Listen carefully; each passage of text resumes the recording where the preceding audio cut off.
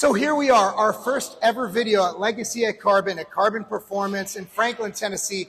This is where we train the next generation of youth, superstars, athletes, and just people who are gonna lead. These are leaders who we train here. And what a better way for Bryce. How are we doing, guys? For Bryce, my partner, our director here at Legacy at Carbon, and I to talk about training philosophies and how it can improve you or your child's development. Now, we're going to start out, Bryce, something I wish we had a camera crew follow us around the clock, because Bryce and I literally, at the end of the workday, it's like 9 p.m., our wives are yelling at us both respectively, telling us to shut up, stop talking to each other. We've been with each other and Seamus all day long, and we would not do it because we had something to talk about. And what we were talking about are reps in reserve. And I actually really think science has come a long way, and I want to give a shout out to Mike Israetel and my friends over there at Renaissance Periodization for all they've done to advance science and advance the use of full range of motion, which we are huge fans of. But I also want to create dialogue, which I think that Mike Israetel and his people will really, really be fans of because they love science. And I want to talk about my opinion on reps in reserve. In my opinion, and Bryce, I'd let you just have the floor after I'm done. In my opinion, reps in reserve are relative, and they are also contingent upon an individual's mindset and an individual's ability to go above and beyond, thus making their reps in reserve higher. For example, have you ever been doing a set and you have a good training partner? I'll tell you what, the other day I'm doing a set and I was done. I had nothing left in me. And Seamus screamed at me, "Come on, lad, let's get another rep." And I got another 3 reps. So if I was going to have 3 reps in reserve, I'd have quit 6 reps before I found my actual max. So I would have shortchanged myself by 50%. Yeah. I would have done not only 3 less reps, but I would have probably quit 6 reps less. So I ended up getting, I think, 18 reps of something I would have probably stopped at 10 at. So my question for you, Bryce, is someone who's spent your life training kids, training adults, engulfed in every workshop and certification for this. What is your opinion on reps in reserve, and how can we utilize the great data that has been presented to us by our good friends at Renaissance, Mike Israetel? How can we utilize that and combine it with what we try to teach kids to do every day, which is go above and beyond your comfort zone and make your reps in reserve much more than what they truly are? So I think there's a couple parts to this that people on the back end need to understand. There's RIR, reps in reserve. There's RPE. They both play along in certain ways, and I won't get too dialed into it, but the point is, for me, is I need kids to be able to exert, or even Marc or Seamus or anyone we're working with. The whole point of training is the intensity behind it. So if I'm taking away intent, I'm taking away a massive aspect of what training really is. And that's the issue I have personally, and I know Marc is there with me, where if I'm taking away intensity from, say 5 sets of 5, old school West Side, 5 sets of 5 at 75%, and we say there's 3 reps in reserve.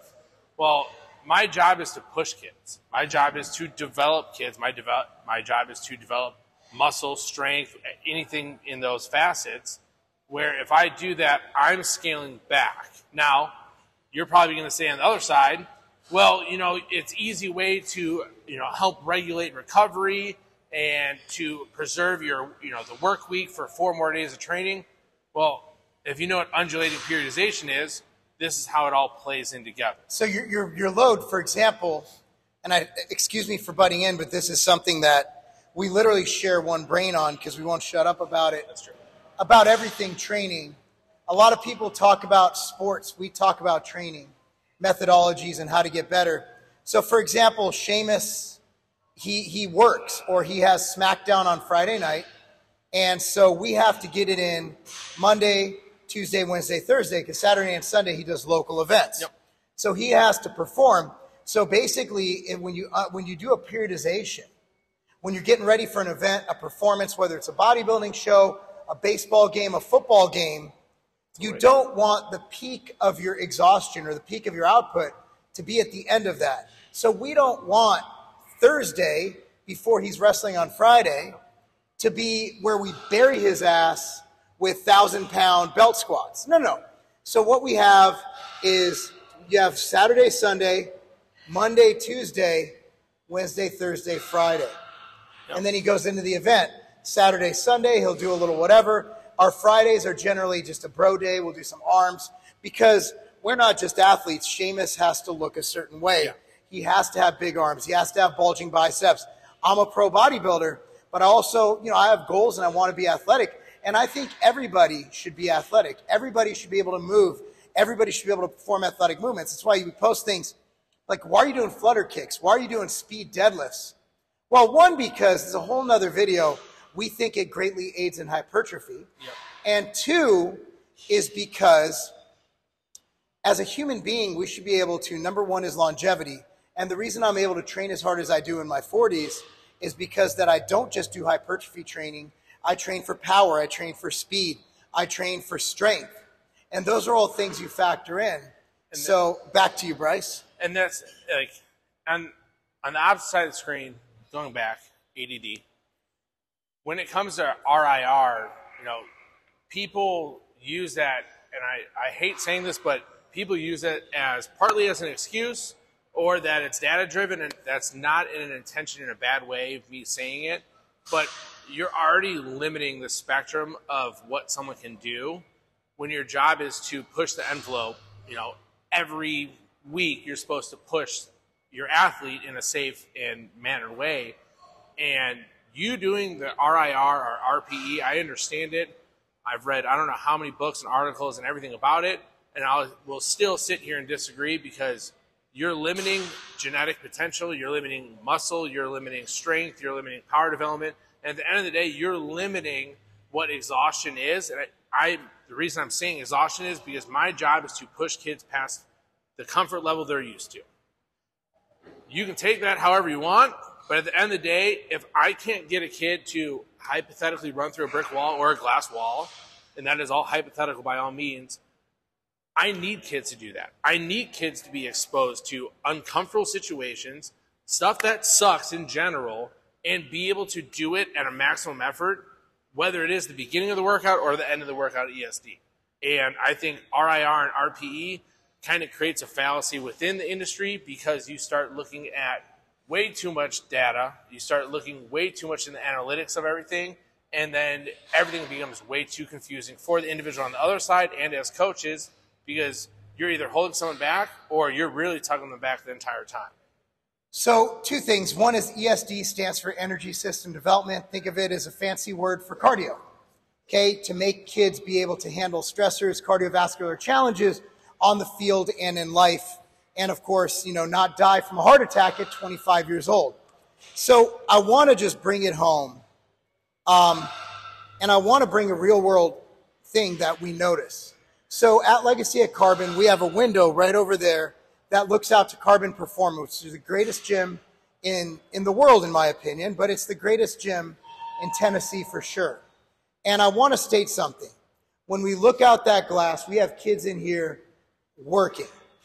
Yesterday, I saw about 75 people on the gym floor. Of those people, 3 were actually working out. Of those people, 0 were actually working out hard.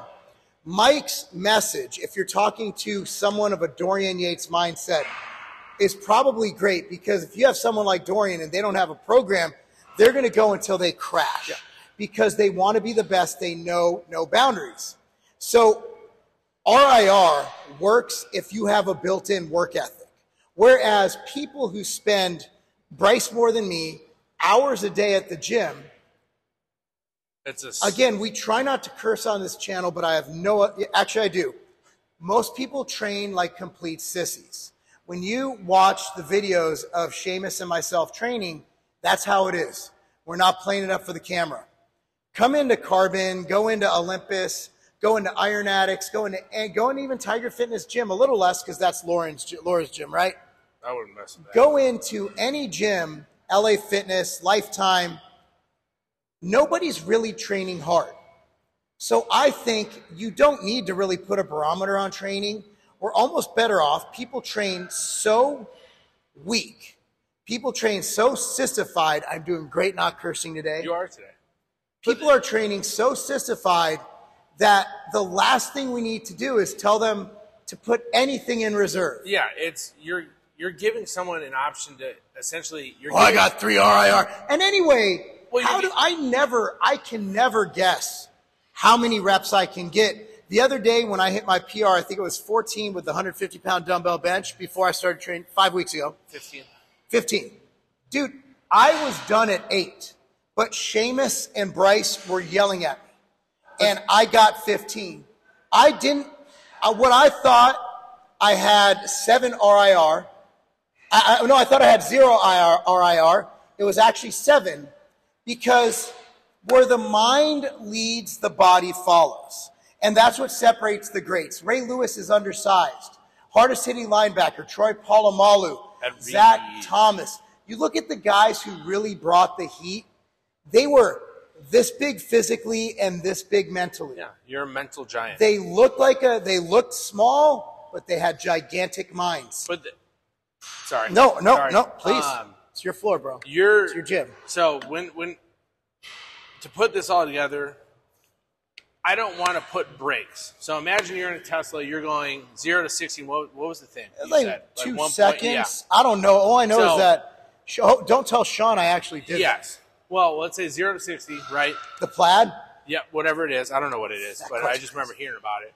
But I want people to go 0 to 60, right? Now, and I don't mean that in a terrible way. The reason I say that is because if I add in RIR, I just added brakes at 20 miles an hour, 40 miles an hour, 60 miles an hour. Or think of it in percentages, I'll say 50, 70, 90, just as a number where you're putting a brake pad on the system already, when the reality is we need kids and people to, in general, train harder. Yeah, learn how to actually sweat. I have, as it sounds. One of my clients, I'm going to say his name. His name's Frank. And the guy's in his 40s, owns multiple restaurants, very successful man. And when he came in here, his mind was there. We got his body there. But this guy, I guarantee you, he trains harder and has more output than 90% of D1 athletes out there, because he has a go-getter winner mindset. And that's the reason he's very financially and professionally successful. So when we go to the gym, if I go to your job and I tell you you're going to top out at middle management, you know what you're going to do? You're going to top out at middle management, because you're going to stop trying once you get to middle management. I want you to be an effing CEO, man. I want you to run the damn world. I want you to be the president of Zaire. I want you to be the man. Okay? And you can't do that if you have reps in reserve. Now, I do love, again, bringing it home, and this has gone on a long time. This is a long video. Second time bringing it home. Bringing it home. Again, what Mike and his team have done to promote full reps, to promote safe training. Yep. We as a training groups, as an industry, everybody needs to subscribe to them, and everybody needs to send them a thank you card and a Christmas gift. Yep. But once you get to that level and you learn those fundamentals, the next thing you need to do, take everything you learned about full range of motion, about working through that, and then work on building your mind. And where your RIR goes from 0 to 10. So you could go above and beyond your previous plateaus. Anyway, guys, thanks so much for watching. Again, we're at Legacy at Carbon, legacyatcarbon.com. If you want us to train you, whether you're an adult or a kid, we do programming for everybody. That's at legacyatcarbon.com. For your coaching needs, marklobliner.com. I'm going to link our free app down below where you can do the exact same workout as myself and Seamus do. That'll be linked down below. And of course, all your supplement needs, including cool clothes like this is the way shirt, which we sold out of. But you go to tigerfitness.com. Anyway, guys, thanks for watching. Marc and Bryce here. That's not a game.